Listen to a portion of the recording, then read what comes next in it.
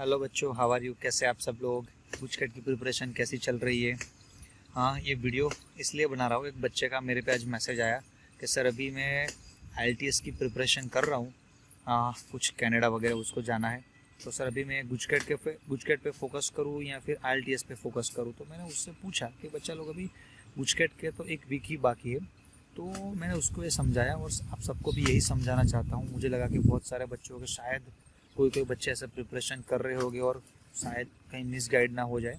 तो बच्चा लोग देखिए, अभी जो ये कोविड वाला सिचुएशन चल रहा है ना, तो उसमें अनसर्टेनिटी बहुत ज़्यादा है।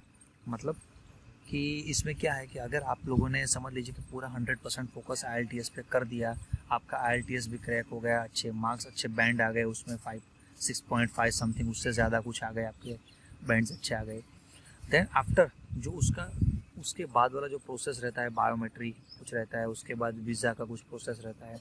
तो ये कोविड-19 की वजह से ऑब्वियसली जो फॉरेन कंट्रीज़ है उसमें यहाँ से जो रश जा रहा था वो ऑब्वियसली कम हो गया। जो पहले जितना जाता था उससे 10-20% ही अभी वो लोग अलाउ करते हैं। तो मैं एक एग्जांपल आपके साथ शेयर करना चाहूँगा।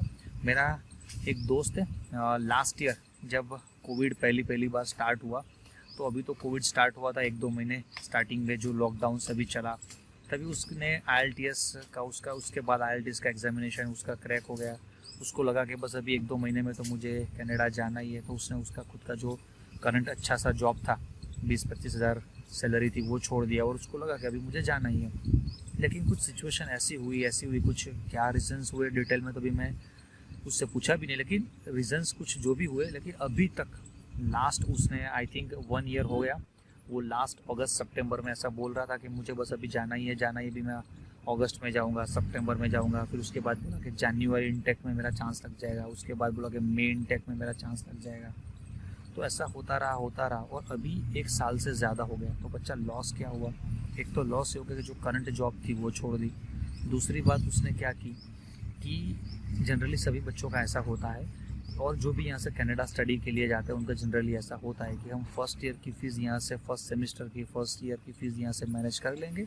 उसके बाद जैसे मैं वहाँ पे गया, उसके बाद मैं वहाँ से जॉब करके नेक्स्ट ईयर की फ़ीस मैं निकाल लूँगा।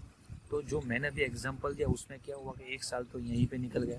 तो 1 साल की फ़ीस तो यहीं से पे कर दी और साथ में 1 साल में कुछ कमाया नहीं। जिस इंस्टीट्यूट में, वहाँ की कोई कॉलेज में उसने एडमिशन लिया था, तो कॉलेज वालों ने ऐसा बताया कि आप ऐसा कीजिए, अभी ऑनलाइन आपका स्टार्ट कर दीजिए, एंड जैसे ही अभी ये लॉकडाउन ख़त्म हो जाएगा, हमारी कंट्री सभी को अलाउ करेंगी, दैन आफ्टर हम आपको यहाँ, मतलब जैसे आपका वीज़ा कंफर्म हो जाएगा आप यहाँ पे आ जाइएगा, अभी ऑनलाइन स्टडी स्टार्ट कर दीजिए। तो ऑनलाइन स्टडी स्टार्ट कर दी, 1 ईयर के लिए ऑनलाइन सब कुछ पढ़ लिया, राइट। चलो पढ़ाई तो हुई, लेकिन जनरली बच्चों का गोल ज़्यादातर पढ़ाई नहीं होता है कनाडा, मतलब कि उनका गोल स्पेशली पढ़ाई का ज़्यादा गोल नहीं था। पढ़ाई के साथ साथ इनकम का मेन गोल ज़्यादा रहता है, वो आप सबको पता है। तो अर्निंग का गोल ज़्यादा रहता है। तो वहाँ पे तो गए नहीं, तो क्या हुआ, सैलरी तो जो मंथली जाना था वो तो गया, उसके बाद जो फीस उनको पे करनी थी वो भी गया, और सामने जो अर्निंग होनी थी वो तो कुछ हुआ नहीं। तो 3 लॉस हो गए। अभी ये सिचुएशन है कि स्टिल उनका यही कुछ अभी इश्यू चल रहा है, तो अभी कनाडा नहीं जा पा रहे। तो नेक्स्ट ईयर की फ़ीस पे करे या ना करे।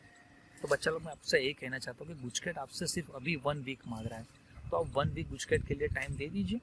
उसके बाद IELTS का जो भी आपका जो एग्ज़ाम है उसका डेट कुछ थोड़ा पीछे, आप 15 अगस्त अराउंड, उसके बाद कुछ भी जो भी डेट निकलता है वो ले लीजिए उसके बाद। अभी हाँ, आपको लगता है कि जो मेरा कंफर्म ही है, मुझे यही करना है, तो कुछ परसेंटेज भी डिवाइड कर दीजिए कि दिन में 50% गुचकट को टाइम देंगे, 50% IELTS को टाइम देंगे। और ऐसा भी कर सकते हैं कि अभी 1 वीक गुचकट का बाकी है, तो 60-70% टाइम दिन में 6-7 घंटे गुचकट के लिए दिए, 1-2 घंटे IELTS का जो रूटीन प्रिपरेशन रहता है उसके लिए दे दीजिए। तो ये परसेंटेज बच्चा लोग आपको डिसाइड करना है, बट अगर किसको ज़्यादा प्रायोरिटी अभी देनी है। अगर आपका कंफर्म ही है, सिर्फ वही करना है, बहुत ही आप क्लोज है, तो ऑब्वियसली आप 20-30% गुचकट को दीजिए, एंड दूसरा जो भी टाइम बचता है वो IELTS को दीजिए। लेकिन मुझे ऐसा लग रहा है कि लाइफ में कभी कुछ बंद नहीं करना चाहिए, मतलब कि डोर्स क्लोज नहीं करने चाहिए कि मेरे पास इतने इतने ऑप्शन है, ये सारे ऑप्शन छोड़ के सिर्फ यही ऑप्शन में आगे बढ़ना चाहता हूँ। नहीं, थोड़े थोड़े सभी डोर्स ओपन रखिए, शायद ये नहीं हुआ तो ये करेंगे, ये नहीं हुआ तो ये भी कर सकते हैं। कुछ ऐसी कंडीशन आ गई, कुछ ऐसा प्रॉब्लम आपके साथ भी हो गया, कंडीशन क्या अभी होने वाली है, सब बता रहे हैं कि अभी एक 3rd वेव आने वाला है, तो शायद अगस्त एंड सितंबर में 3rd वेव आ गया और आगे की प्रोसेस बंद हो गई। आप जो कंट्री में जाना चाहते हो उन कंट्री वालों ने अलाउ करना बंद कर दिया, तो शायद कुछ भी कोई ऐसा बड़ा इश्यू हो गया कि आपको कनाडा जाना है या XYZ कंट्री में जो आप जाने का डिसाइड कर रहे वो कैंसिल हुआ और आपको यहीं अभी रहना पड़ गया। तो अगर इस बार आपने गुजकेट अच्छी तरह से नहीं दिया तो बच्चा लोग फिर 1 ईयर के लिए आपको वेट करना पड़ेगा, या फिर 12th का जो बोर्ड का जो रिजल्ट है उसके बीच बेस कोई भी दूसरे कॉलेज में या ऐसे वैसे लाइन में आपको एडमिशन लेना पड़ेगा।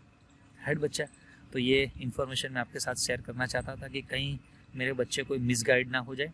राइट, इतना ज़्यादा मुझे IELTS का नॉलेज नहीं, क्योंकि मैंने भी कभी दिया नहीं है, लेकिन ये एक इतना नॉलेज तो मुझे है कि लाइफ में प्रायोरिटी जब डिसाइड करते तो आपकी एज ऐसी नहीं है कि आप कुछ एक बात कंफर्म पकड़ के चलिए कि ये बस मुझे ये करना है, उसके बाद सारे डोर्स में क्लोज कर रहा हूँ। तो अभी थोड़ा दोनों डोर्स ओपन रखिए।